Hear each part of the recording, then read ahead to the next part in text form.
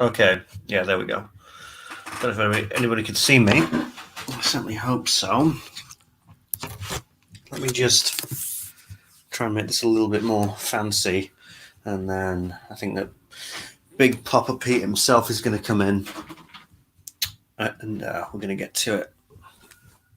Not going to be a long stream today. It's going to be about 90 minutes. Nothing too crazy, but it's going to be fun. It always is. Can anybody even see me? Well, it looks as though people can, which is good. Can anybody hear me? That's another question we're going to get through. Right.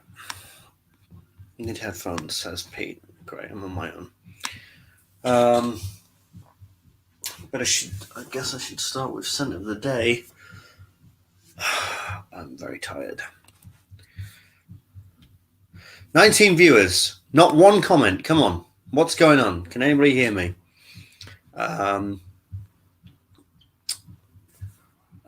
Where is my fragrance that I'm wearing today? Yes. What the hell? Suddenly all these comments have come in. I'm sorry. I don't know what's going on. My internet's a bit weird. Anyway, it's good to see everybody. 19 viewers. Bloody hell. Almost as ode to Pizza Hut. That's amazing. Right, so my scent of the day, if you follow me on Instagram, you'll know what it is. But my scent of the day is this. It's Cocorico. It's a magnificent failure of a fragrance.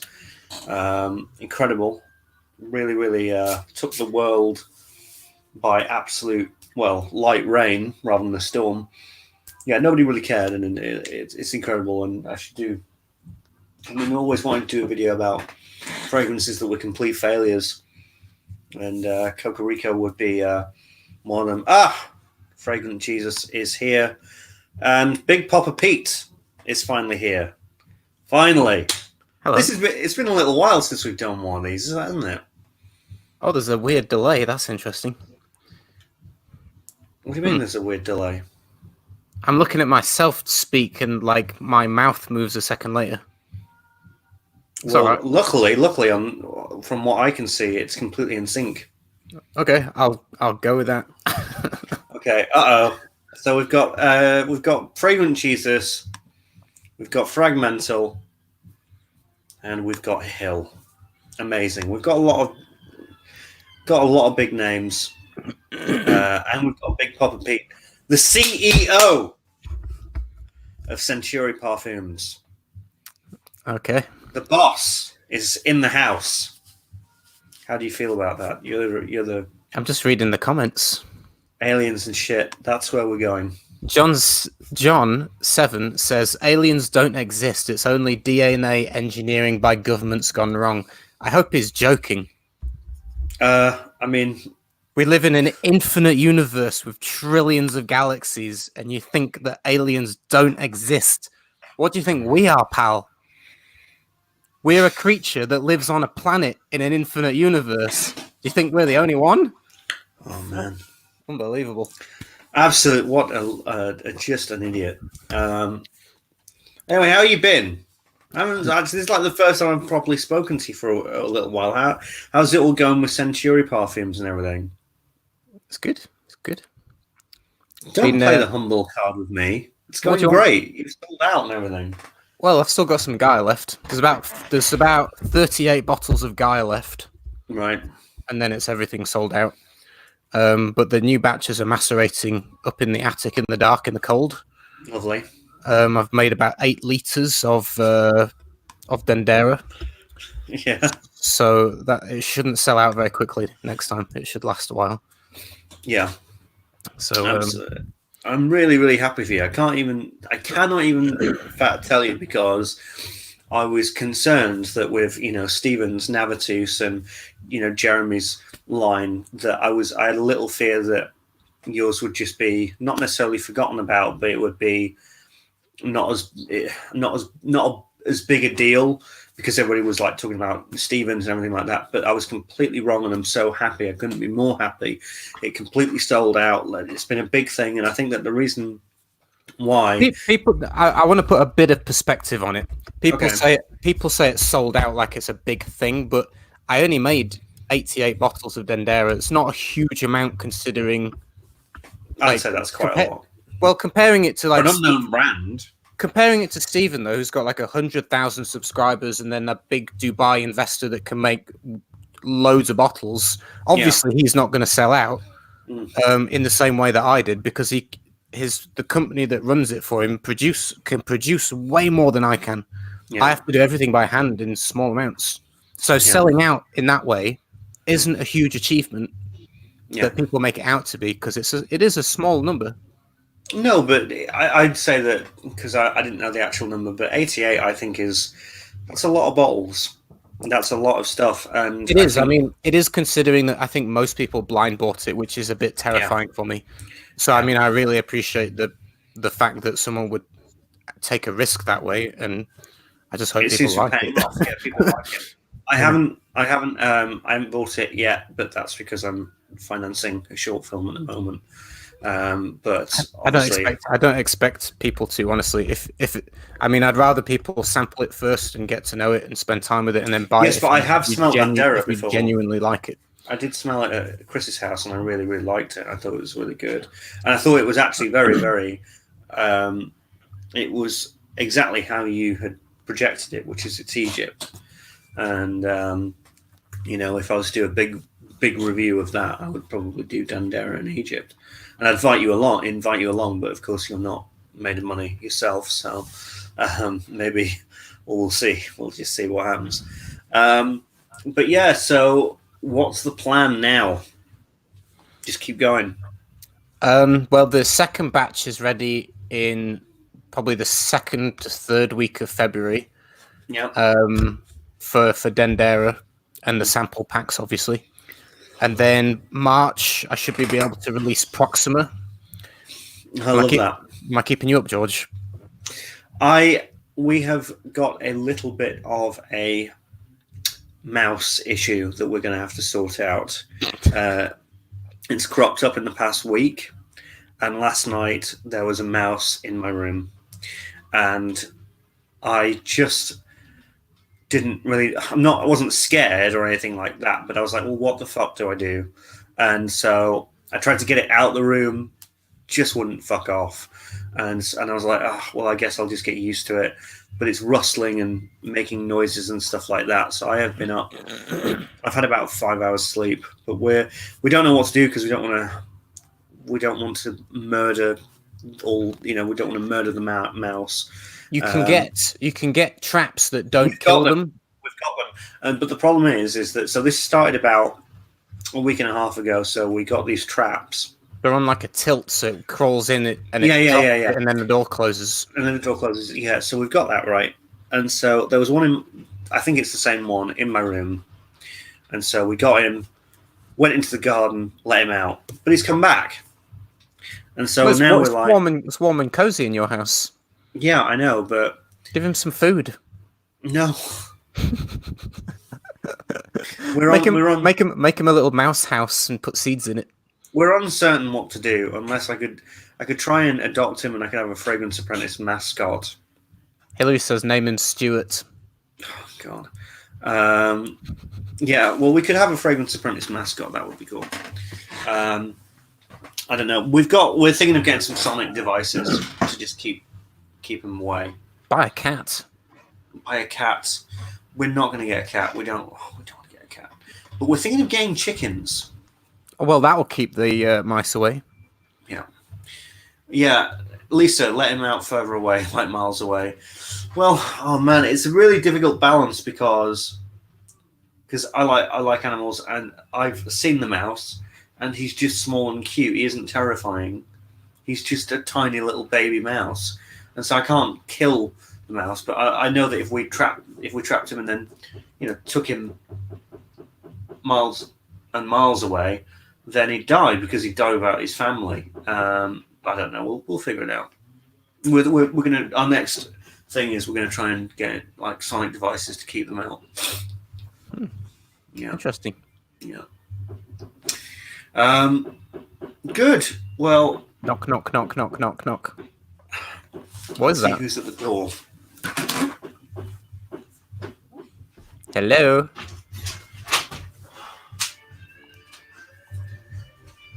He's got some guitar music going.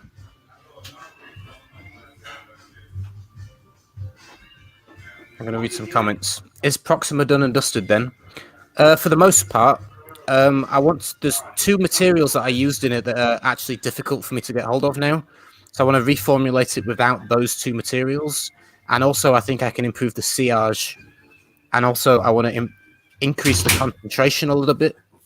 So, and then I'm going to resubmit the formula for approval again, and then it's ready.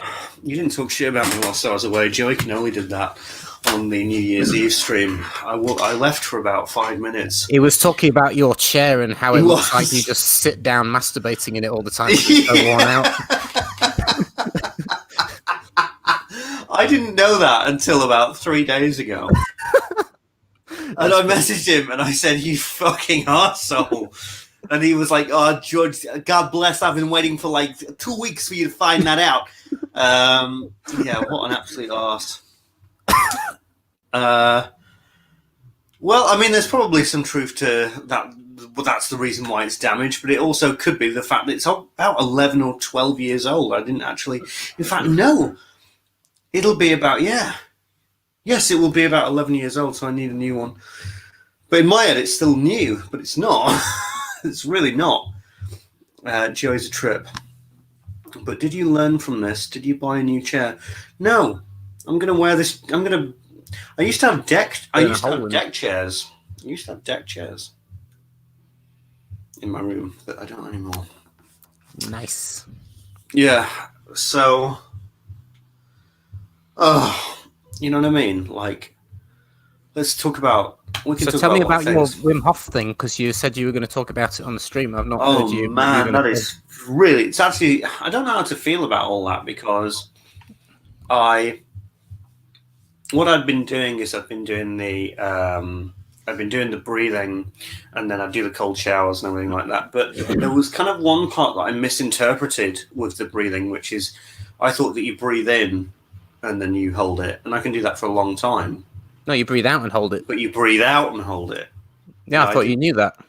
I didn't know that. Oh. And so I thought, okay, George, get with Ashton and plan a fragrance convention. This is something that we're actually talking about seriously. It can be called, I don't know. If we get me, him, and I don't know, somebody else, another big name, we can call it the Son, the Father, and the Holy Ghost, because he's fragrant Jesus. I don't know. I'll figure it out. George, did you change your flight? No, I didn't. I'm working on it. For God's sake, give me a minute, all right? I'm trying to do a live stream, Chris. I can't think about... I hope that everybody enjoyed their gifts, by the way, Chris. Anyway, so, right. Right, so I've started doing about, I don't know, not long, 4 days ago. I started doing the thing where you breathe out and then you hold your breath. And then you hold your breath. Yeah. And I could do that for about 30 to 40 seconds. That's pretty poor, actually. That's really bad. Now, I can breathe in, and I can do about 2 to 3, sometimes longer minutes. See, my guess would be that you're not doing the full intake in the lungs beforehand to oxygenate your body enough to be able to hold your breath. Because if you do 30 big... Yeah. If you do 30 of those and then go and then hold your breath, you should be able to go 2 minutes easy. No, I am doing it, but we're starting to kind of realize that there could be and I think I've mentioned this before, I might have some lung difficulties. Thank God I don't smoke. Do more rounds. It's just oxygenating your body. So instead of doing 40, do like 50. Okay, so all the way, like... Yeah. So like you want to like really pack it in there. Your whole body should be tingling with the oxygen. I have got that far, and Then blow out and hold. well, I've been doing that, and what happens is, so the longest I did was actually today, 1 minute. Manage 1 minute. I've been doing like between 2 minutes 30 and 3 minutes. Yeah, but it's a start for me. Yeah. Okay. Well. Very good. And then if you do that for like an hour, then what happened to me was my whole body felt like it was. I can't explain it. Like almost as an electric current flowing through me.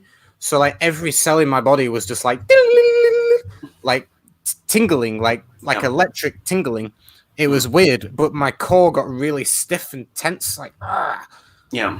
So I kind of felt like a tingling, electrocuted statue or something.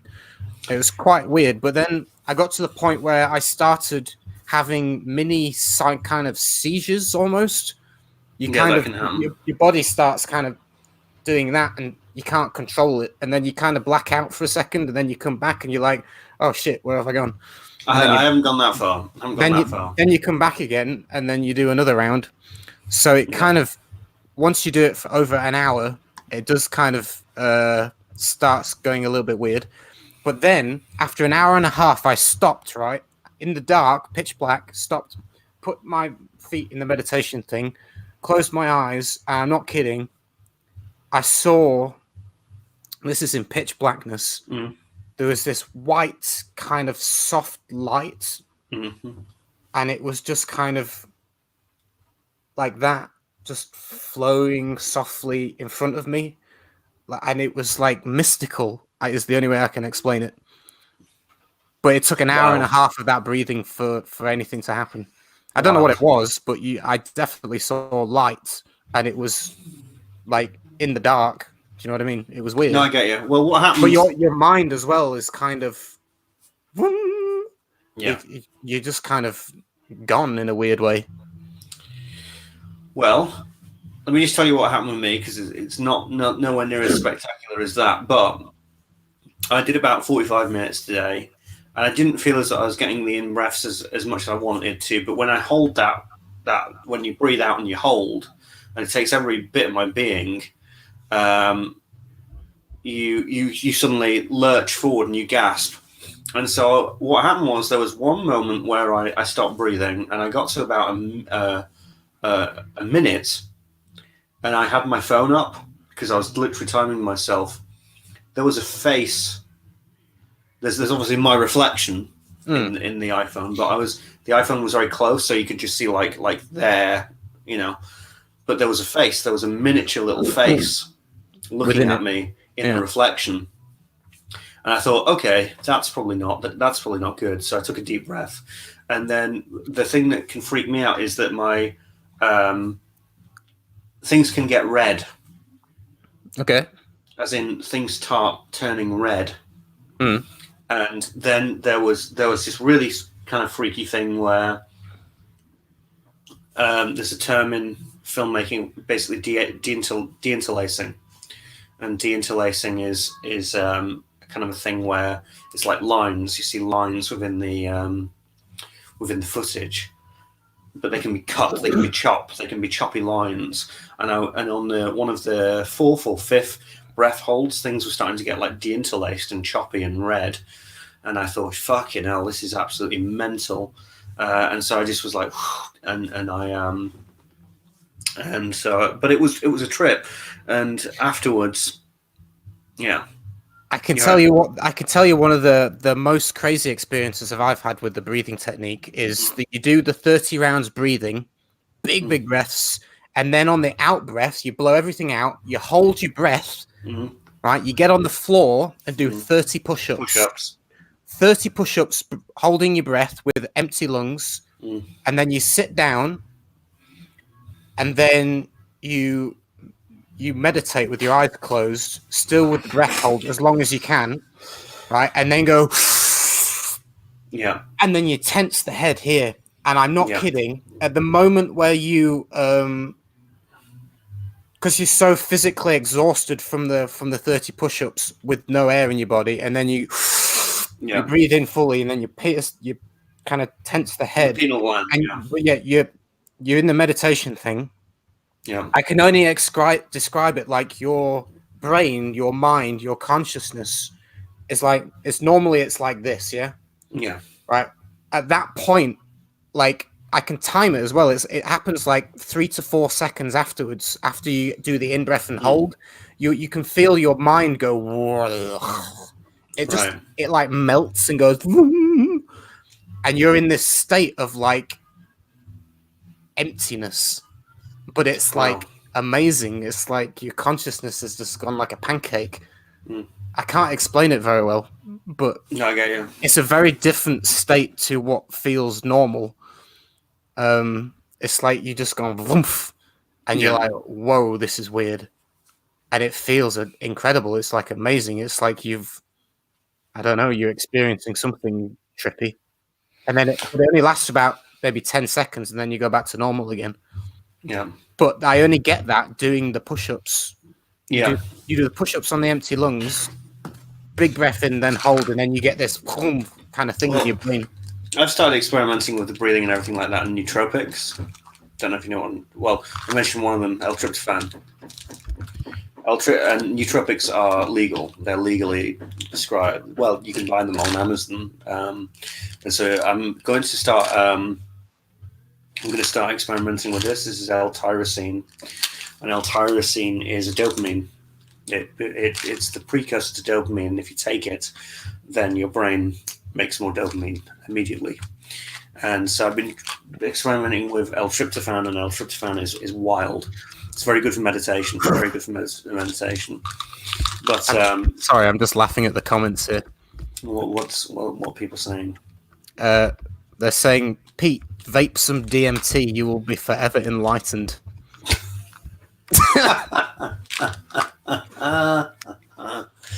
Jesus Funny. Christ. Yeah, that is funny. But I've done the whole shrooms thing. I can't do it.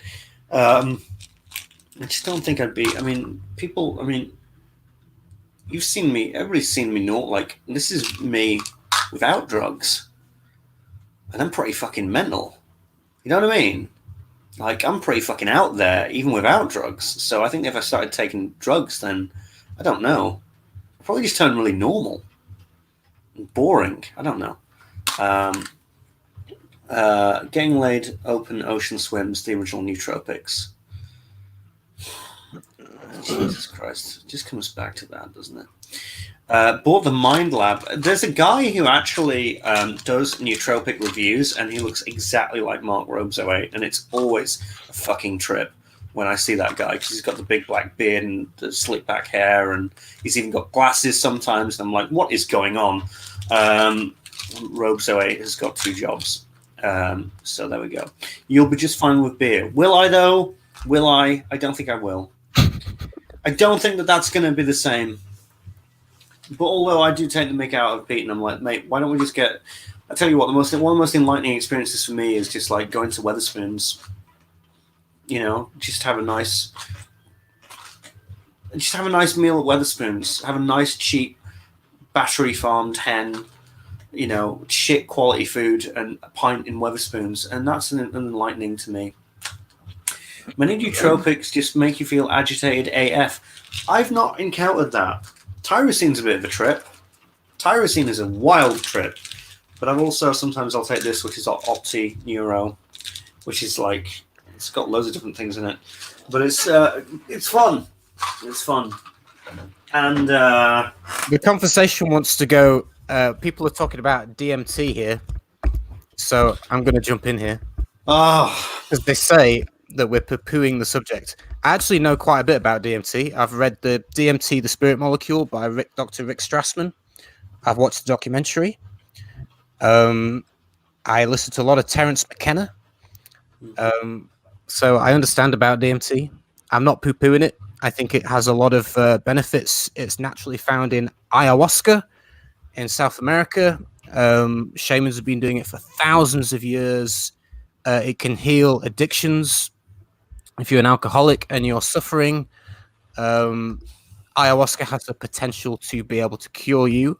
I'm not saying it does, but it has the potential to cure a lot of people that have like real depression. There's a story of a man that actually set up an ayahuasca clinic in Costa Rica, and he was a multimillionaire, but he was having a really shitty life. He was very angry and full of suffering and pain, and he didn't know why. And eventually, he was getting close to killing himself. He was just having mental breakdowns. He ended up going to South America and taking a trip with a shaman, and he put on a blindfold, and the shaman started tapping his head and said, "Tell me when you can see my finger." And the guy laughed and said, "What are you talking about? I'm wearing a blind. Oh my God, I can see it." And he says, "Good. Now look at the roof." He goes, "Yeah, I can see it." So now look past the roof to the stars. It's like, "Yeah, I can see it." Now jump into space. And he left his body and was in space. And he went to the moon, right? And the moon asked to see his heart, and he pulled out his heart, and it was black. And he was like, this heart is black. I can't put this back in.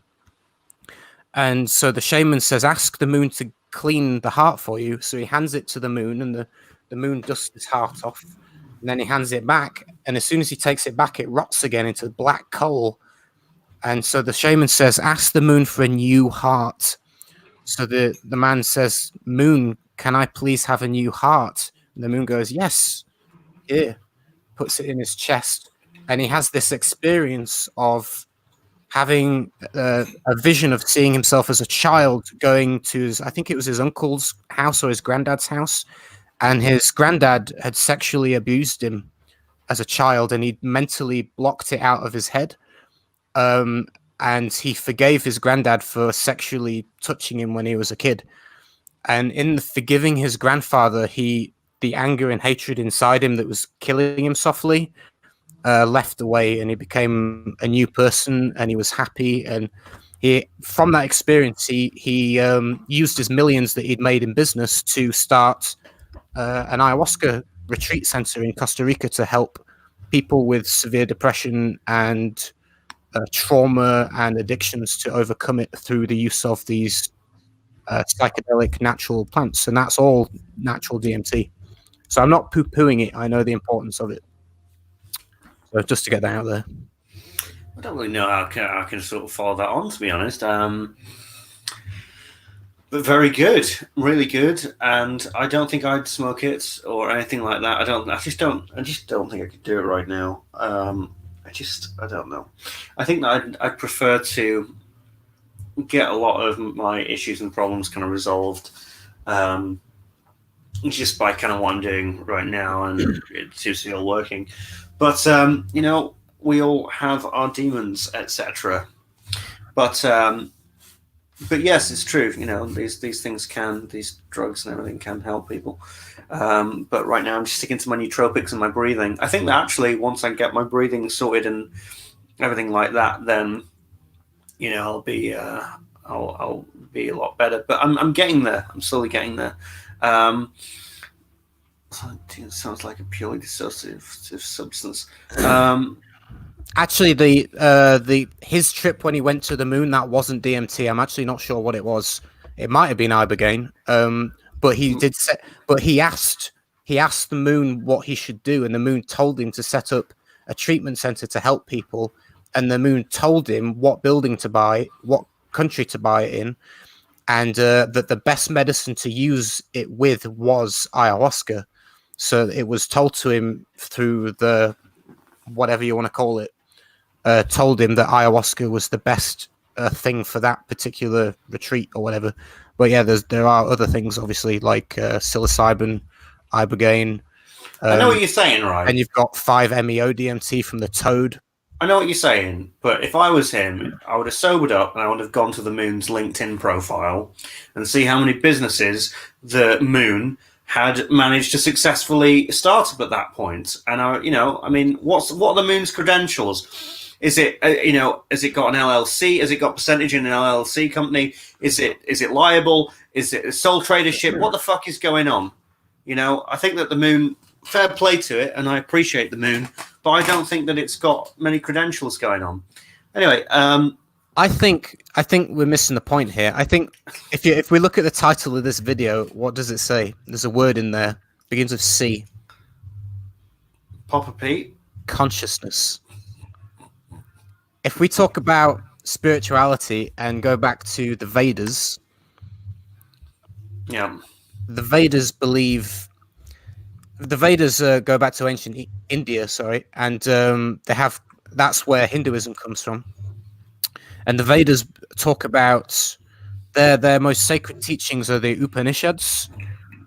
And in the Upanishads, it talks about Brahman. And Brahman is what is thought of as pure consciousness, unbounded, infinite consciousness that's non-manifest. So you could call that God if you want to. And from Brahman projects the world, which we see, which they called Maya. And Maya was like a play or an illusion, a dance of an illusion. And that we're part of this illusion of consciousness manifesting itself. Yeah. And that inside the human body is more subtle bodies within it. And they call that the Atman, which is like the idea of the individual soul. But really, that's ignorance because there is no individual soul. And so you have the Atman, but they teach that the Atman is Brahman. So the individual soul is one with the universal consciousness. There is no separateness. The idea of a separateness is a duality, which is ignorance. So the Vedas talk about non-duality, where there is only one, there is only Brahman. Everything that you see in this world is an illusion of form coming out of consciousness and creating itself. And if you think about it, the physical universe that we experience is made of atoms, right? So the most dense part is the physical, where the atoms are coming together and vibrating to form a solid object, whether it be a body or the wall behind me. It's all atoms vibrating to create something. So you could look at it that way, as a projected hologram. From nothing comes stuff. In talking about Brahman and consciousness and manifesting a reality from it. So you've got atoms, but then you go inside the atom and you have smaller and smaller and smaller particles. They're like quarks. And if you take string theory, for example, they think in the middle of the quark is a little loop of string of light. The fundamental of reality is light in that instance of the physical universe. And we know that when we get into string theory and what's inside an atom, it starts getting very kind of crazy because things are appearing and disappearing and are in more than one places at once. Yeah. So hold on, I'm reading the comments. Peter's something like Beast from the X-Men. So what was I saying? Oh yeah, this is exactly what I wanted, by the way, for this live stream. I would have been very disappointed if it hadn't gone down like this. Go on. My interpretation of it would be, looking at it this way logically, we've got a physical universe made of atoms that go finer and finer and finer and subtler and subtler and subtler. And that causal subtle element that's like the smallest part is this infinite universal consciousness at a finer level, but it all exists within each other. So within an atom contains the entire universe, because the substance that creates the entire universe is within that small piece. So everything is, that's why things like tangled particles can happen. Do you know where like you can do entangled particles means like you can do something to one particle at this side of the galaxy, and then on the other side of the galaxy, the particle that it's entangled with will have the opposite reaction at exactly the same point. Einstein didn't believe that, did he? Einstein was like, no. What that is, mate? It's called the spooky effect. Yeah. It's very, very real. And Einstein argued, he was like, yeah, well, what that is really is that if you take a left glove and a right glove and you put the left glove somewhere else, then it's never going to be the right glove. You know what I mean? Like there's always going to be a cause and effect kind of thing. And that was his argument, that they were just kind of two similar things, but they were brought together because of something physical. Anyway, that mofo was proven wrong. And yes, it's actually because on a macro level, people are talking about the universe being a simulation, and I don't think it is a simulation in the way that they're talking about. I think it's holographically projected out of consciousness. There's a universal infinite consciousness that's Yeah. non-manifest, which the Vedas called Brahman. And Yeah. from that consciousness is projected a reality Yeah. of a lower, denser consciousness. And then within that lower density is a higher consciousness. So you have a range of low to high consciousness, but it's infinite and all within each other. So it is like a simulation in the fact that technically you could say that this is an illusion or a dream or not quite real. But it's not a simulation like a computer. It's actually manifest from pure consciousness. Consciousness is the actual reality of everything, in my opinion. It's kind of like it's fascinating. I've been getting into. I'm just going to go on a little tangent, if you don't mind me saying. Been really getting into. I've never really been that much of a Star Wars fan, but I was like, there's something about Star Wars because obviously it had a huge effect on people, had a ginormous effect on people, and it changed everything. Like everything, it was the Aventus of the film industry, right? And so, but people are drawn to it, and then the Matrix comes along, and people are drawn to it, and it's all the same. It's the same story. It's a hero story, but both of them have very sort of strong threads of mindset, which is okay. So the Matrix is more on the head, like more direct, which is what you're saying. So the Matrix is talking about this reality isn't real. But what we mean by that is you're not really Peter. What I'm talking really about, George. What I'm talking about is that the body is a container. Yeah, I know. A container of consciousness. Yes, but it's even bigger than that, which is okay. Let's pretend you're going to go to heaven, right? Infinite timelines, absolutely. Let's pretend you're going to go to heaven, and by heaven we mean a sort of a cosmic realm. What are you going to be able to take with you? Depressingly, you won't be able to take your body. I'll be all right with that. I think that this body is a good 5 out of 10. But, whatever. I'm getting a bit thin on top. I can't really properly grow a beard. Need to lose some weight. I'll take it. You know what I mean? But, so you can't take your body. But what is in your body? Your brain. What's in your brain? Can't take that either. Memories. Yeah, exactly. Memories. Can't take memories with you. Can't take memories with you. Fuck. You can't take my connections. I can't take any of these. I can't take any of these fragrances. I can't take my sense of self. I can't take my ego. I can't take my arrogance. I can't take my anger. I can't take my sadness. I can't take my happy. I can't take my pleasure. I can't take anything. So what's left? Beingness. Beingness. Nowness. Isness. And that's what they say is you, is actually you. Because, and then of course, you go straight back to Eckhart Tolle, which I loved your description of Eckhart Tolle, and it is actually true. You kind of, they can take your event. They don't just take your events; they take your memories of events. They take everything. Everything will leave. Everything will go. And I was speaking to this about, with my mum and my dad, and it's a bit of a depressing conversation. But they're like, "Do you believe that we'll see each other again when we go?" And I go, "Well, I don't think it works like that. I think that you've been my mum, I've been your son, and we've played that part within our lives, but then we have to go. And that is just an identity, that's a form, and it gets taken away. But our actual energy, our actual isness, doesn't, because it can't be destroyed. And that's something that's quite radical and quite beautiful. But all this kind of thing about, you go to heaven if you're good, you go to hell if you're bad. The universe doesn't care. I think according to the idea of yogis and swamis, they describe that when you die, your causal body, the energy body within the physical body, leaves, and that all is left is kind of the qualities that you had. So if you die and you feel angry, you will, because you are made of pure consciousness, that's what you are in reality, consciousness.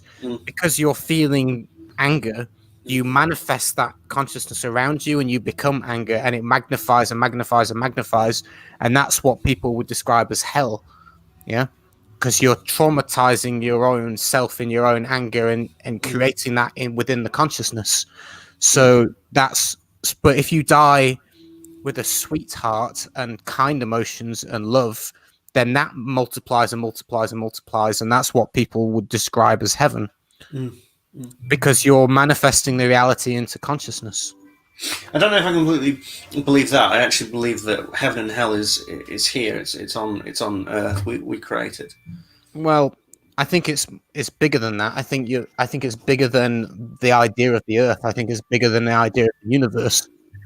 I think it's beyond space and time and beyond the physical universe. That's the actual reality. Is not even in this universe. It's beyond it. Emotions are very important to us, and I think that emotions can really. It's actually depressing how much, which is ironic. It's depressing how much emotional. If you have really solid emotional health, if you have good emotional well-being,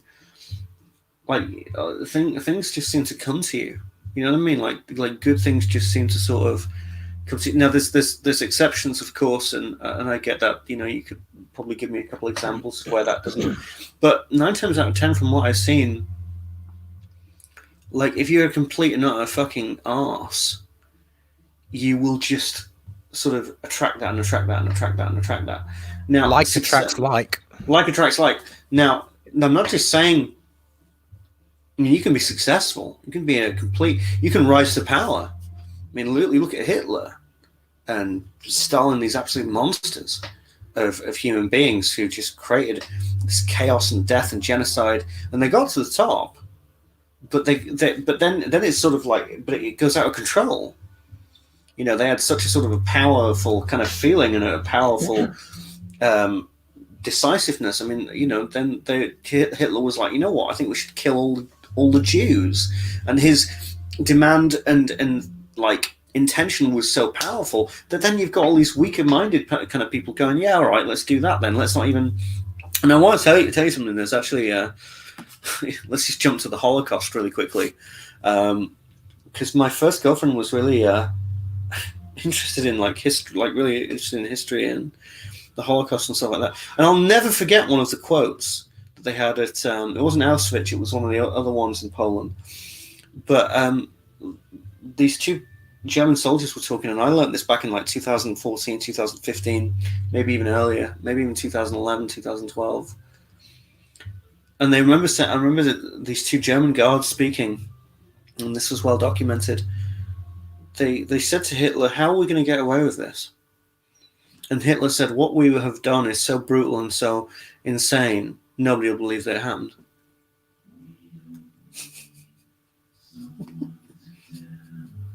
And to a degree, you've got Holocaust deniers that can't cope with such an insane. And he was right. I mean, that's the thing that makes me laugh so much. You get these people who are literally going, oh no, there wasn't any genocide or anything horrible, or the death camps and all that kind of stuff. But Hitler knew what he was doing. He was like, yeah, nobody's gonna fucking believe this.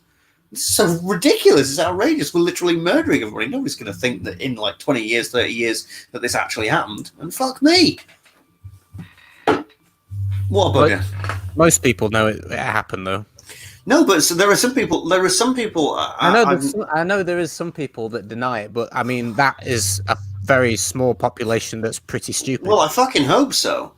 I see more and more fucking idiots on the internet who just can't. We are getting into an age with the internet where people can't actually literally decipher what's credible and what's not. You have a movement of people who genuinely believe that the Earth is flat because they can't decipher anymore what is actually plausible. I tell you what, George, we've got people that think that there is no life in the universe except humans. Well, that's probably implausible when you actually sit down and you think of that scientifically. That is the most arrogant thing I could possibly think of. It's mental. For someone to think genuinely that they are the only thing with intelligence in an entire infinite universe. It's like the arrogance of that is astounding.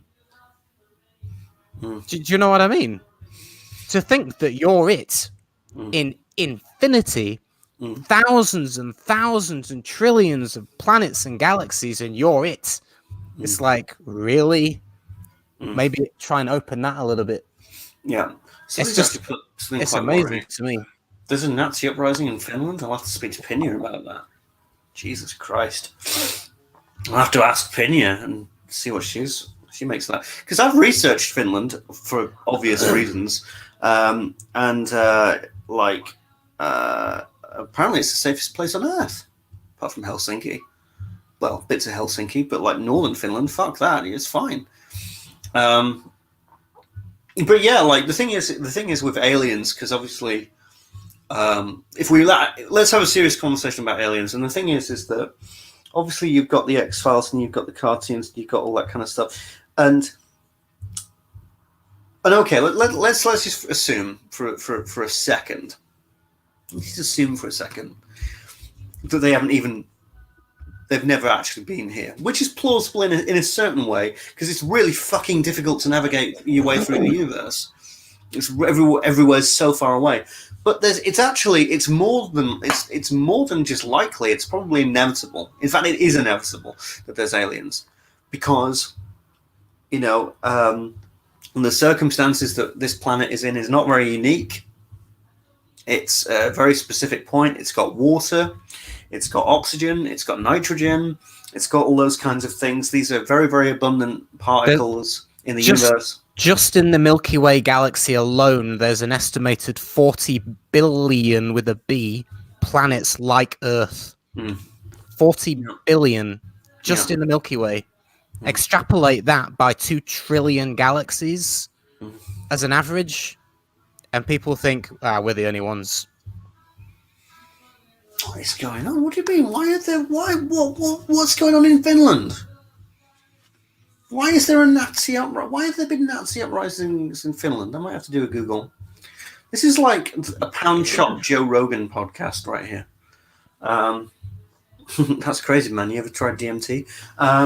Yeah. So, like, have you ever seen Joe Rogan's podcast? I have, yeah. It's mental, innit? Wim Hof's been on there twice, but apparently the second one was a bit shit. Robert Downey Jr. was on the other day. I saw a clip of that. I must go watch that. He seems like a really genuine, nice guy. He's a lovely bloke. I mean, I don't know him. He came across really, really well. I thought he was really good. He's not a very cliched Hollywood star. He's not up himself and everything like that. It's just like, because he's been too humbled, hasn't he? He had a ton of drug problems and stuff like that, and it's just like you don't really have time to be like fake and pretentious, which is very nice. And he's a very talented actor. So back to aliens, yeah? Well, there's got to be aliens, probably. I mean, there's got to be, because if you just like, there's got to be, really, just by the simple. I mean, look, you have a bit of nitrogen, a bit of oxygen, a bit of H2O. Get the planet in the right place, bam, you've got millions and millions of different species, literally millions, in fact billions at one point, but we're killing them slowly, thank God. Nothing like a good little bit of global extinction. 500 million animals in Australia have died. It's tragic, isn't it? It's inconceivable.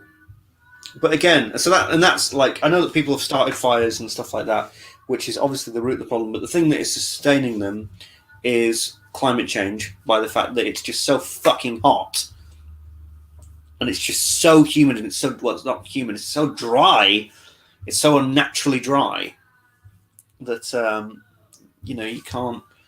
But people can't take that seriously anymore. Like I saw, like, there are some people that actually genuinely think that Australia in itself is a hoax. There are some people who think that space is fake. You know what really makes me laugh? The thing that really makes me laugh about the internet, right, and especially like boomers or like older people, is that scientists will be like thousands upon thousands upon thousands of scientists will be like, yo, for real, climate change is actually a thing, and we've got all this scientific data, and we've been tracking it since the 18th century, and it's quite clearly heating up, and it's actually man-made, and we've done some load of tests. It's not just solar flares, it's not just the sun, it's actually because of carbon dioxide, because of the industrial revolution, and people are like, no, I don't know if I believe that. One motherfucker can be like, I think that there's chemtrails, and post it on Facebook, and everybody's like, you know what, I believe that. I mean, what? 10 people from Arkansas or Nebraska can be like, them chemtrails are making us ill. And they're like, oh, he's fucking onto something. A swathe of international scientists say global warming is an actual genuine thing. Fuck off. What a load of bollocks. This is the world that we're living in. Someone says, what's the most convincing piece of info you have come across for the existence of aliens and UFOs? Bob Lazar, mate. It's going to have to be Bob Lazar to me that was the clincher. I think Bob Lazar does a good job on the fact that I believe him, that he did back engineer spacecraft in the 80s, S4, Area 51. And they were trying to reverse engineer them and were failing at it. And I personally believe him, but there's no direct evidence, so to speak, for it. But there is evidence if you look at, for instance, on the news, you can look it up on Fox News, CNN, whichever news thing is all over the place, of released military footage from fighter jet planes that were chasing a UFO off the coast of America, and it's called the Tic Tac UFO. The commander, the flight pilot guy, has done interviews on it, and the video footage was released, so you can watch it. And it's real. It's released by the military. They don't know what it was. The pilot described it kind of moving like this, like crazy, like things above the sea, and then it turned around and went, shot up at him, stopped and went, whoop, gone. Like, that shit's impossible for the technology that humans have, but he saw it with his own eyes, and the footage is there. They've got it on radar data. I mean, it's physical proof, it's physical evidence that's non-deniable, and it's there. So, I mean, what more do people want, really? There's loads of cases like that, though. You've got the Randlesham Forest incident in the UK. That was in the US. There's a lot of stuff in the UK, isn't there? In England, where that was filed a proper a report on it with evidence. So there's a lot of things where you look at it and go, okay, well, that happened. There's no denying it. It's real.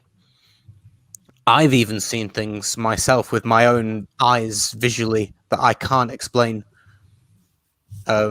So I have that as well, that I believe it because I've seen stuff myself. So they are there. They're making themselves. They've been here for a long time, I think, personally. And then you go back to World War II, and you have the famous Foo Fighters. They had balls of light chasing the planes. That's what the band Foo Fighters is named after. This isn't a new thing.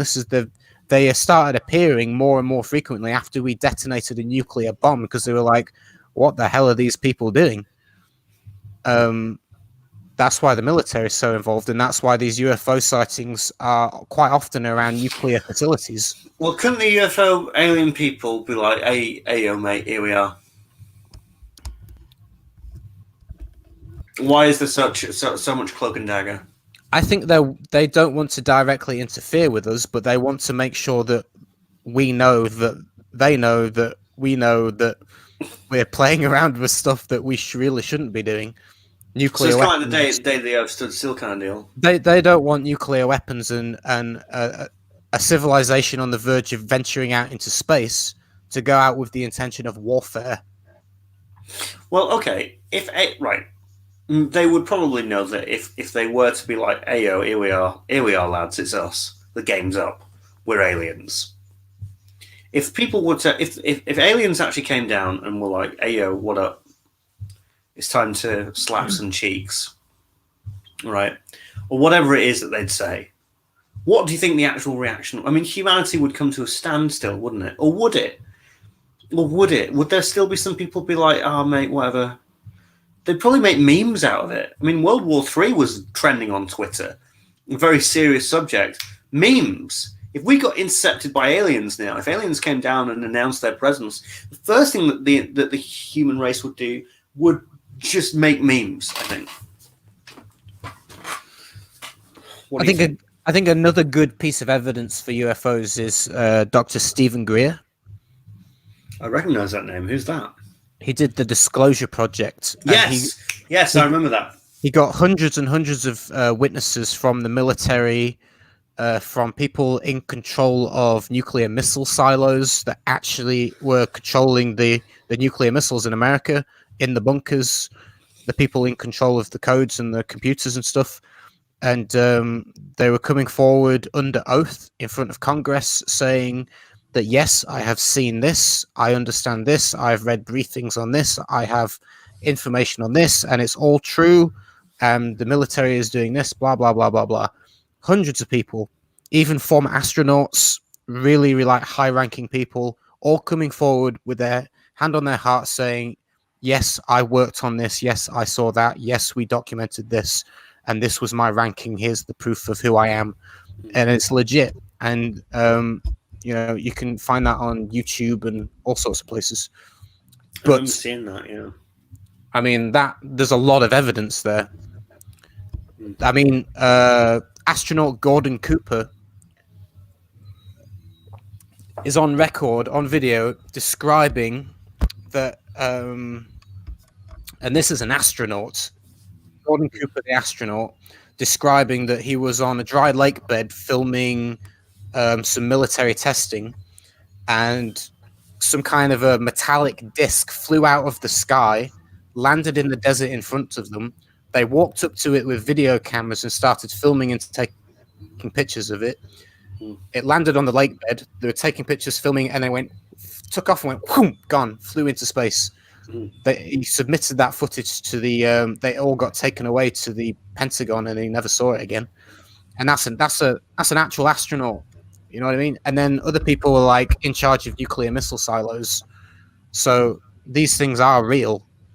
Like it's not a meme. It's not a piss take. It's like it's happened.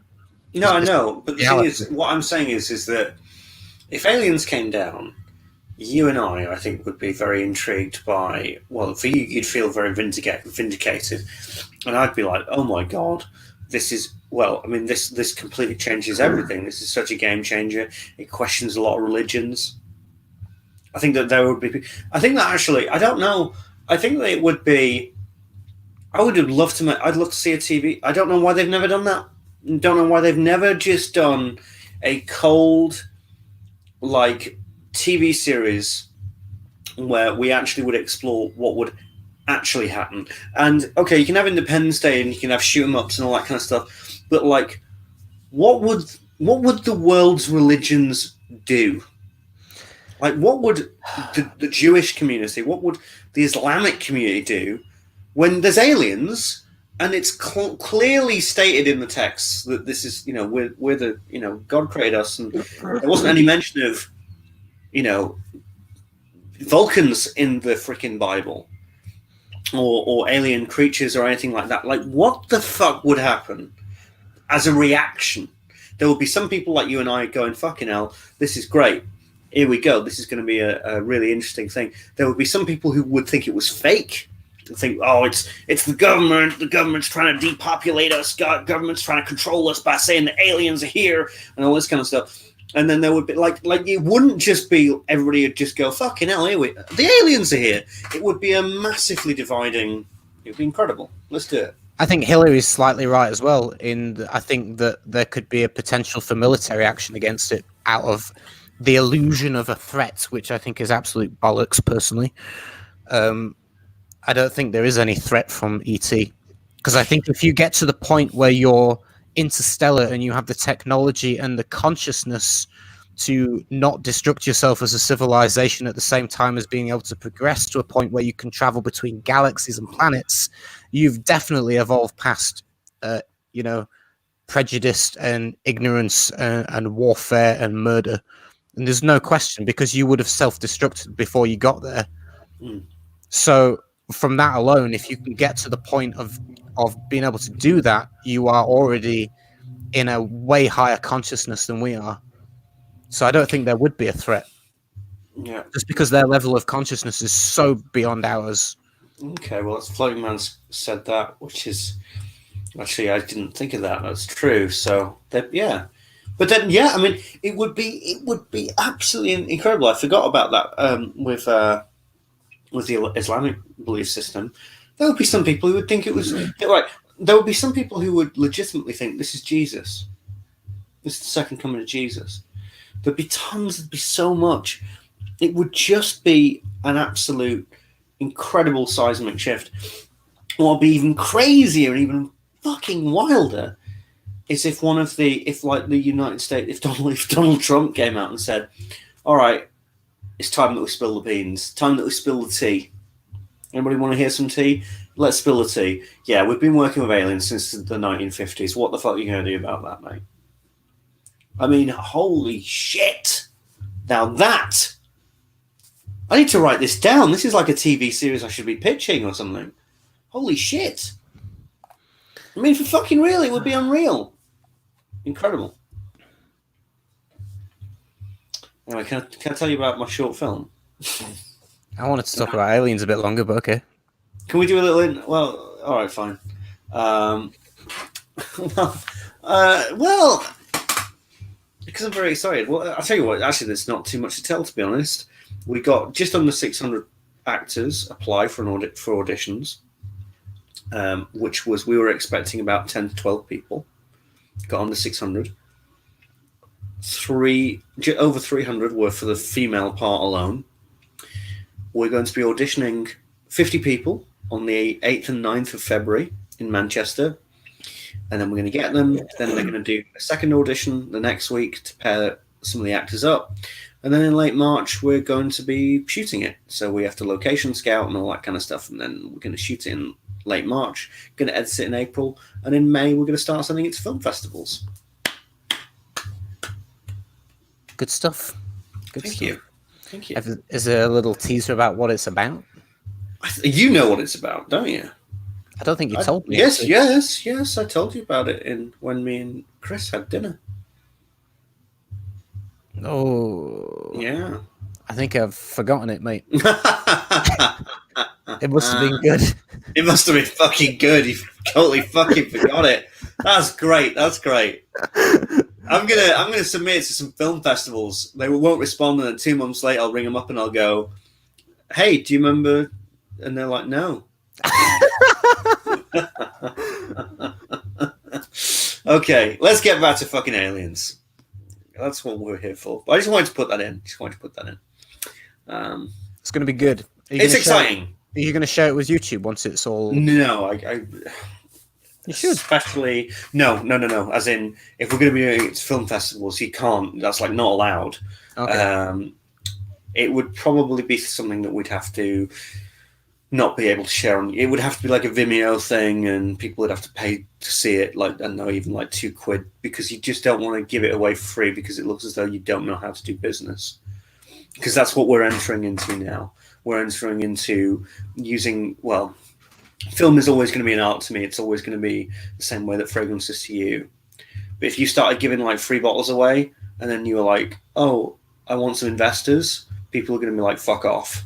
Right? Because they're going to be like, "Well, you don't want to make money. You're giving shit away for free." And that's actually a little thing that I want to talk to Jeremy about, because the buy one get one free stuff is amazing, and it's like buy two but get two free. But on a business standpoint, future investors are going to look and go, "Well, you're devaluing your brand." I just have to be back in 2 seconds because the dog's wanting to leave the room when I got my door closed. Teddy, 2 seconds. Teddy. Yeah. But they have like three. They have like loads of film festivals in Los Angeles. There's actually one film festival in Los Angeles that is so ridiculously easy to get into that you don't actually want to apply to it because it takes anybody. Well, no, we're actually going to try and I can't believe I'm saying this, and I hope I don't jinx it, but we're actually trying to get this one into like Cannes and Toronto and Berlin and Venice, the big ones. We're actually trying to get this film into big film festivals. Like, we're not going to pitch it to LA because, well, there's 3 festivals in LA, but there's one anybody can get into, and we're definitely not putting it into Rome because fuck Rome. Anybody can get into Rome. I could shit out a film and I could get it into Rome. It's just like, you don't want to do that. But yeah, if you charge a ridiculous price in the first place, you might need to crazy sales. Yes. Yeah.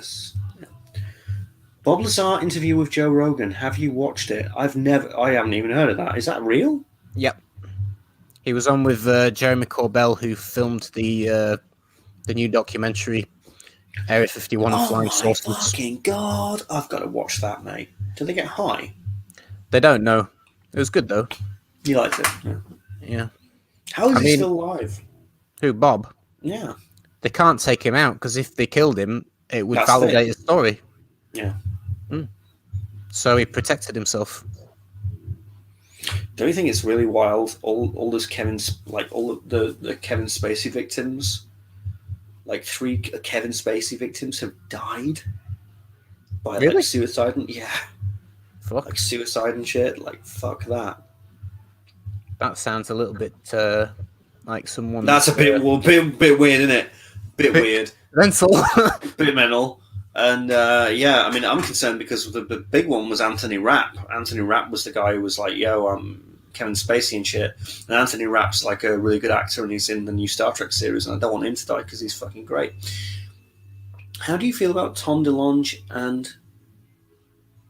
I think Tom's been a little bit corrupted by the industrial military complex in the fact that he's been told that they're a threat, and he identifies UFOs as aerial threats or whatever, and he sees them as like potentially very dangerous and threatening to the civilization and humans, and he's looking at it from a military point of view and like a threat perspective, because he's working with these government people that's what they are. They're nasty, evil, corrupt people that want control and power.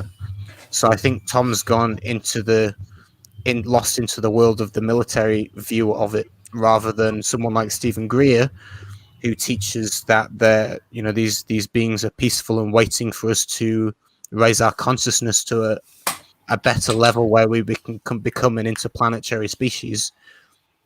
And Stephen Greer talks about meditating and connecting with them through consciousness.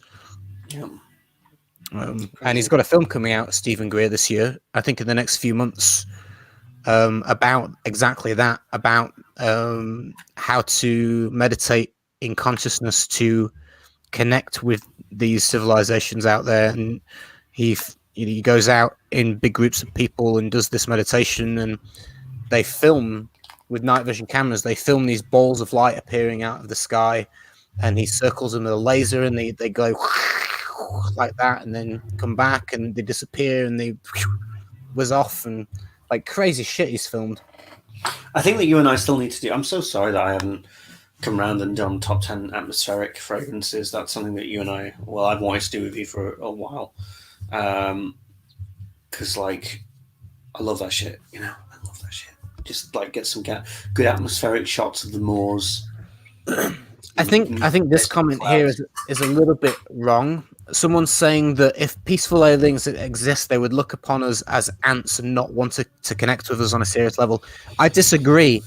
I think if a civilization has reached the point of consciousnon to where they can travel to other planets, they've reached a point of higher consciousness. They would look on us with compassion and empathy, that we're so lost and troubled and going through all these wars and ignorance, and they would have compassion and love that we're struggling, and that they I don't think they would want harm on us. They would want us to evolve and grow and raise our consciousness to a level that is suitable to interact with them.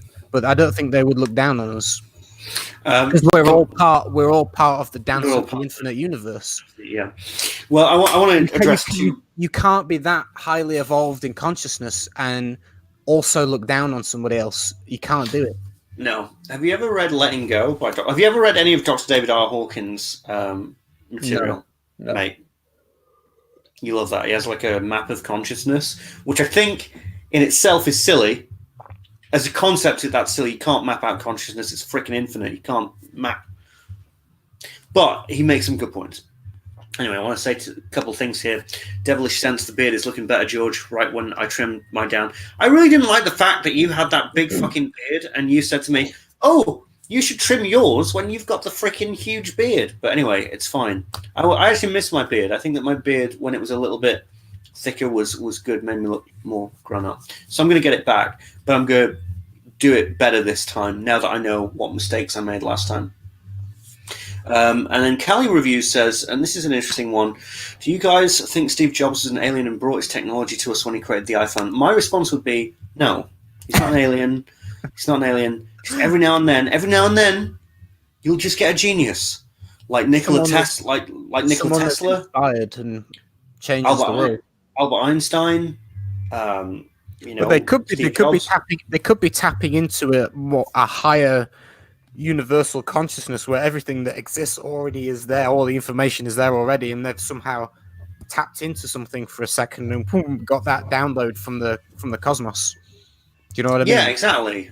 Maybe some of the most inspired people are tapping into something beyond themselves. Well, that's how I feel. That's how I actually feel with film, if I'm honest. I don't want to toot my own horn. Actually, I do.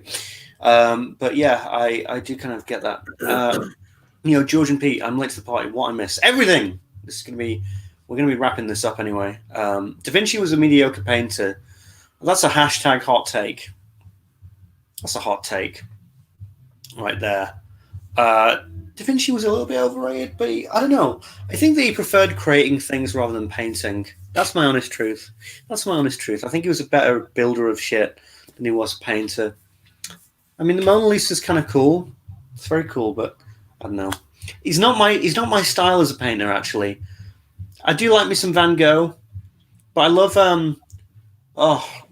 Casper. What the fuck is his name? The guy who did Wander Above the Fog. Casper. That was his name. And the guy that inspired Van Gogh, what was it? Matey, the bubble bath? Was it that guy? I don't know. James Cameron's Terminator was genius. It was good. It was pretty good. Top 5 painters. Oh my god. Oh man. I think that well, my number one would be the guy who did Wander Above the Fog. I've even got it over there. I might get it. Hang on.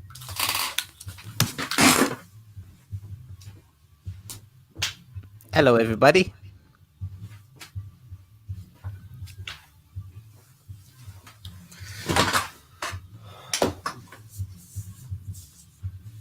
I still haven't hung this up yet. Ugh. Yeah, the guy who did this, my favorite painter of all time. Just look at that. I mean, that speaks to me. It's so beautiful. He looks very Scottish. Yes, Caspar David Frederick, and it does actually look like. I think that's one of the reasons why I loved it. But it's not. It's Germany. Oh, really? It's all based in Germany, and it's based on different places in Germany. And all of his photos are just immediate. His photos, all of his Instagram posts. He's dead.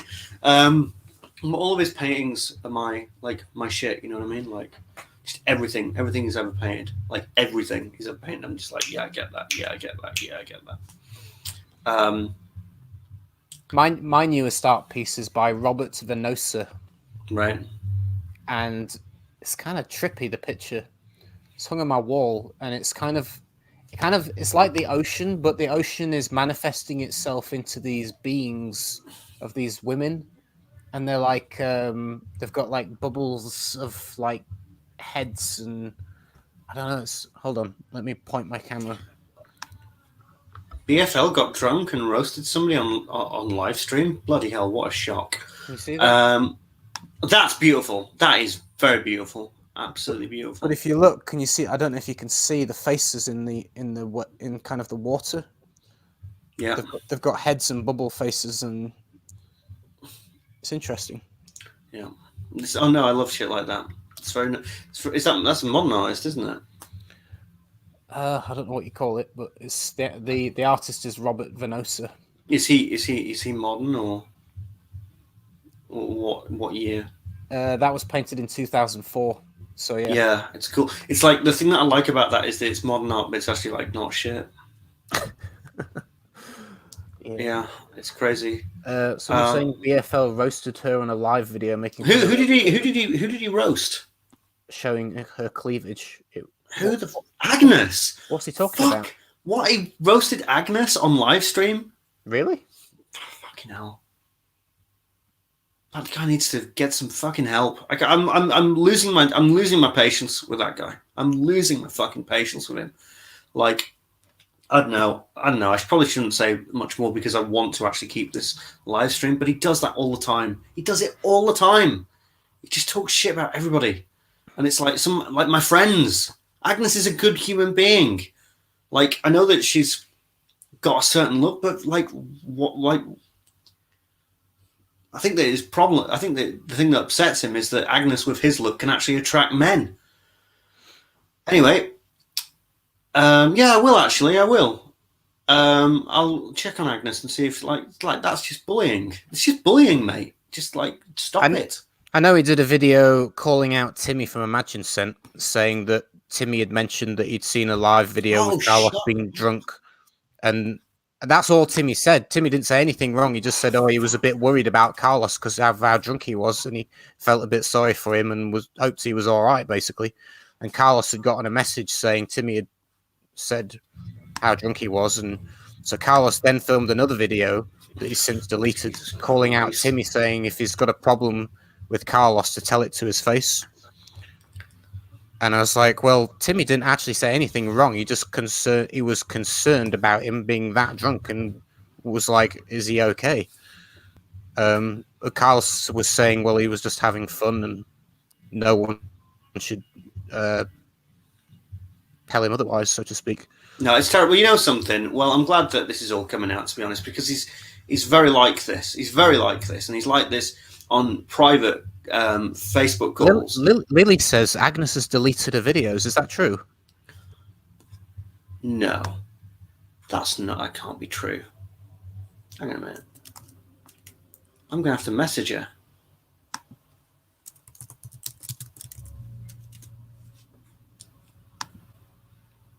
Four videos. No, she has 2 videos. Really? She's deleted loads of them. I can't believe that.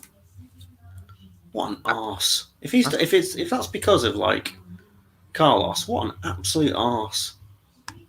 I'll message her. That's I can't. I just literally can't hide it anymore.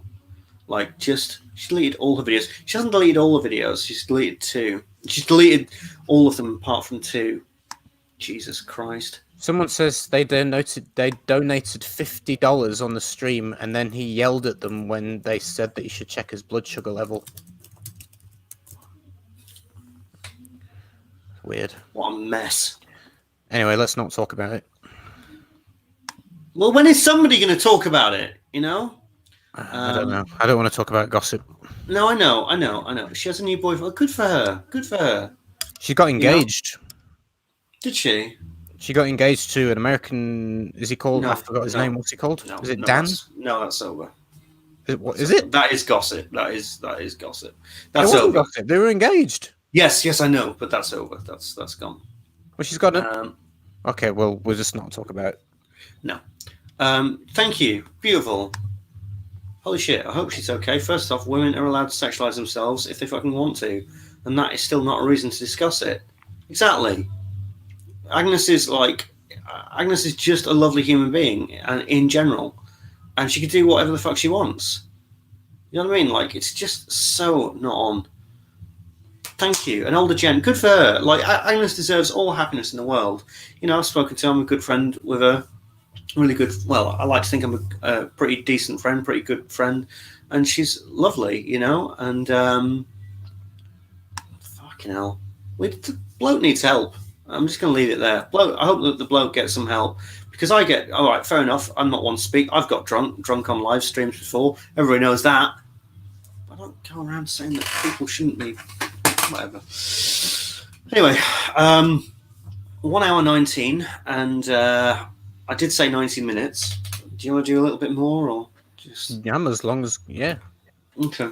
I want to take the dog out at 8 o'clock, so I can only do half an hour at most. No, that's fine. That's fine. Well, I want to get some. I want to get some food. I want to get some good food. But dear God, right. Actually, we'll finish off with this. I've got a problem. You're still classy when you're drunk. I'm pinning that. That's great. You're still classy when you're drunk.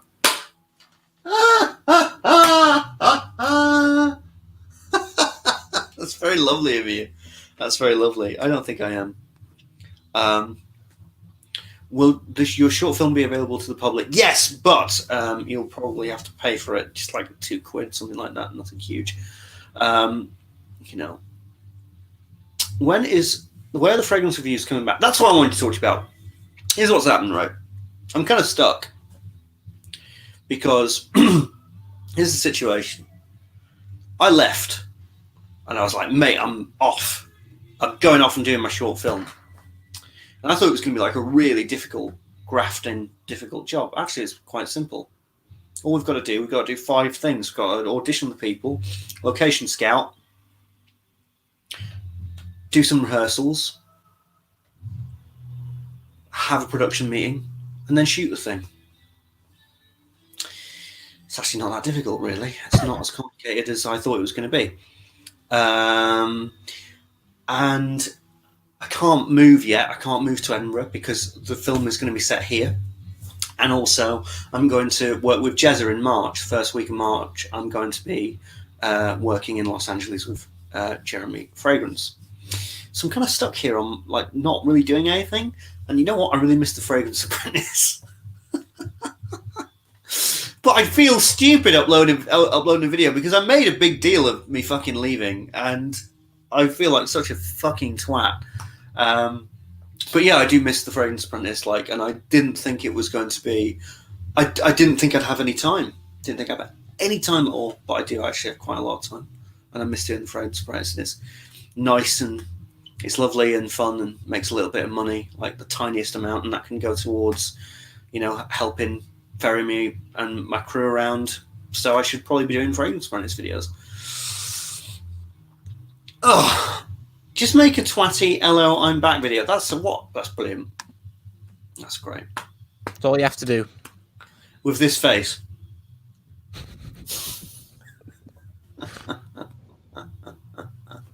Just say you dropped a bollock and move on making videos.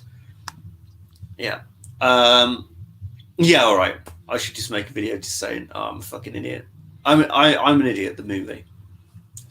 You were number 2 last year. You could be number 1. And I'm working with him. I'm working with him. I'm working with him in March. You might be number 1. You might be number 1. I just hope he doesn't be like, you know, if you want to be number 1, there's a few things you need to do. I'm like, no.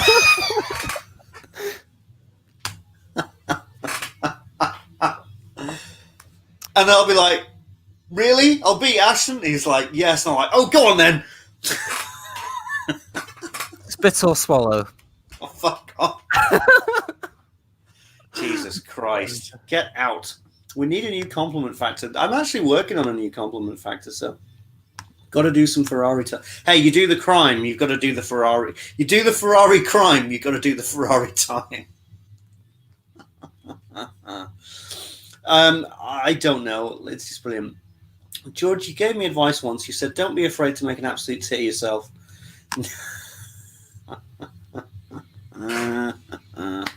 It's true. Ah, dear. Well, this has been an interesting live stream. It's been a beautiful live stream. This is actually probably one of my favourite live streams I've ever done.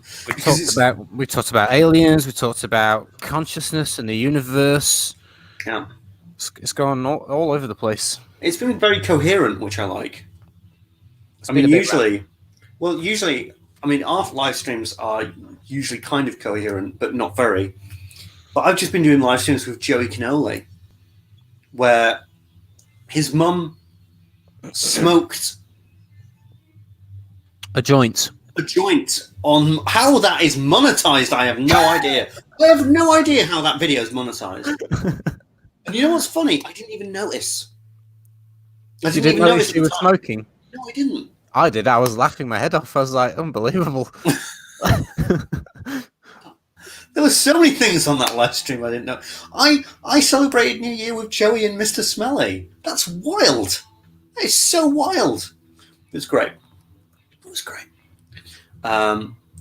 Peter, how is your puppy? That's what Hillary asks. He's doing good, but he's not a puppy. He's about 11 years old. He's quite an old boy now. They grow up so fast. He's doing good, though. Thank you very much. Yes. Tammy says she's going. Bye-bye, Tammy. See you soon. Or speak to you soon. Yeah. And yes, I had my haircut today. It was getting quite long. Very snazzy. Yes. Yeah. I'm going to get my haircut tomorrow in Blackpool. It's going to be quite the adventure. Oof. Oh, yeah. Blackpool Tower. Blackpool Tower, mate. Top of the tower. You ever been to Blackpool? I have, multiple times. Have you? It's a bit of a dive. It's an absolute shithole, yeah. Complete shithole, yeah. But it knows that it is, and that's what's endearing about it. Not like Brighton.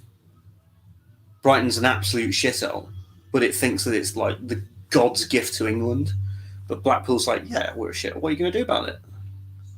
If you don't like it, fuck off. Yeah. I like that. I like that a lot, yeah. Rich Mitch, are you actually in Great Britain? I can never remember whether Rich Mitch is English or not. I think he is, because he's got a very English sense of humour, and by that, fucked up. I've never been again. Oh my god. And they keep hosting it there. They keep hosting the Doctor Who audio drama convention in Derby. And I'm like, what are you doing? I'm not going to go. You know? Derby's just horrific. I'm cold. I'm getting cold shivers. I mean, that's the ghost of Derby right there. That's the ghost of all the wasted potential. I'm kidding. There was no potential there. Never. If you ever want to go anywhere in the world, don't go to Derby. George, do not give up.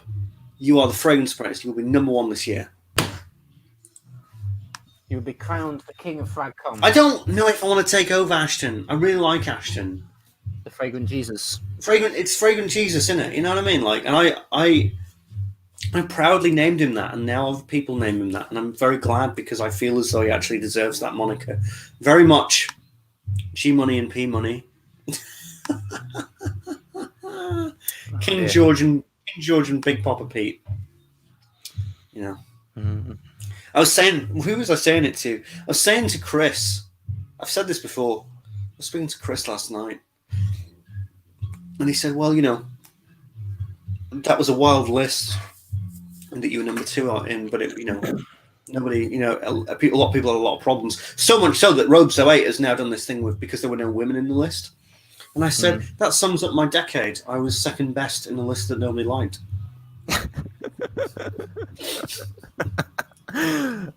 Funny. Yeah. Right. Well, in that case, I think we should end on a high. Get the weed out. I think we should end this live stream actually before it absolutely goes to shit. You know. What do you want to talk about? Well, I don't know. I don't know. Should we end it now? I don't know. Well, I mean, all right. I'll end it on this. I think this is going to be a. Oh, you got a $3 tip. Yes, thank you. I'll have half of that, please, George. You can PayPal me it. I'll PayPal you. I'll PayPal you the $1.11. Why do you guys always end when I just join? Why do you always join when we're just about to end? That's the question you should be asking yourself. Actually, that's not true. When I saw you, Josh, I just messaged Pete and I went, "Oh fuck, he's here." Let's go quick. Let's go. Get the Escalade. We're out. Yeah. So, yeah. Well, I think it's going to be a really big year for you and I, isn't it? Because I've got the film company and you've got the fragrance company. And Hopefully. what if you got like a Fifi or like an award or something? I don't know. It's possible that I could. I did enter Dendera into the Art and Olfaction Award, I think I could do pretty fucking well, mate. but I didn't enter Gaia. I only entered Dendera, and I regret it now. I think I should have entered Gaia. Unfortunately, I didn't, so we'll never know if that was going to win or not. But I don't know. Dendera might not get anywhere. I entered that one because of they want a strong story behind the idea of a fragrance, and the fragrance. Dendera's going to do really well, isn't it? So I thought, well, that really matches the story, in my opinion. So I thought, well, I might as well give it a try. So I don't know. It might get somewhere, it might not. But I think I'll continue entering in that every year in the future. Proxima's coming in March. I've got a couple more ideas. There's one going to be called Pakal Maya, based around the Mayans used to get cocoa pods, smash them up with water and red hot chili peppers, and make a spicy hot chocolate drink. So I'm going to make a chocolate chili spicy thing with the green accord for the jungle, and make this kind of Mayan Aztec concoction. Sounds lovely. And then I want to do a more spiritual one for the present collection, which is going to be called Moksha, which is the Hinduism idea of spiritual liberation, to do with opening chakras and things. And obviously the chakras represented by lotus flowers. So I want to use lotus flower in that fragrance and make a beautiful kind of floral. So I have a few ideas of fragrances this year. So we'll see how it goes. That sounds lovely. That sounds good. Well, I've got we've got the short film, and then we've got a feature film that I'm going to try and write in. I've got all the story beats, and I've done the treatment and basically all the preparation for script writing. This Saturday and Sunday, I'm going to try and write it in 48 hours as a script. Going to try and write it in 48 hours. First draft, obviously. I'm not going to be like, right, 48 hours, here it is. That's it, let's go shoot it. It's not going to be like that, but it's going to be a first draft. I'm going to try and write it in 48 hours. And it's actually a really solid story, and it's a really cheap to make story, and I've always wanted a cheap, kind of like straightforward feature film that you could shoot all in one building on not a lot of money.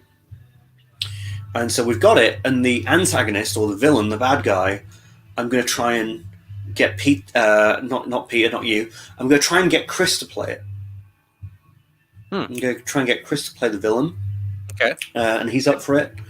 So that's really exciting. So we've got the short film, and what we want to do is get the short film made and done, and then take that to film festivals, and then try and get some investors from the short film and say, look, we're going to do a feature film, because all they really care about is feature films. Get some investment, get maybe 50, 60,000, maybe 100, but that's probably not going to happen. It's more likely 60 to 70. Do the feature film, and then hopefully have shot the feature film by the end of this year. And so that's what we're doing. And so it sounds as though we both have a lot going on, and I think that's good. So I wish you good luck. You too, man. Thank you. Appreciate it. It'll be a big year for you. I hope so. I certainly hope so. We've just got to make it not shit. And that, I mean, just focus on what you have to do. Be positive, and get your goals done. Yes. Execute a list of what you need to accomplish, and make sure it gets done. Yes, absolutely. That's it. Right. Well, I think that's a lovely way to end it. I'm so glad that everybody has filed in and watched and everything. So thank you so much to everybody. Excited for what you both have in store from YouTube. Oh, thank you so much. Thank you so much. Floral notes. Right. Well, I will. I'll see you all later. Is there a time length you're shooting for? 10 minutes, 25? For the short film, it's going to be 12. It's going to be 12-minute short film. So there we go. Right. I will see you all later. And Pete, please go and subscribe to him, obviously. And buy his fragrances. You don't have to do that, but you can subscribe to FragranceView if you want. Right. Well, Thank bye-bye. everyone. Take care, everybody. Bye-bye.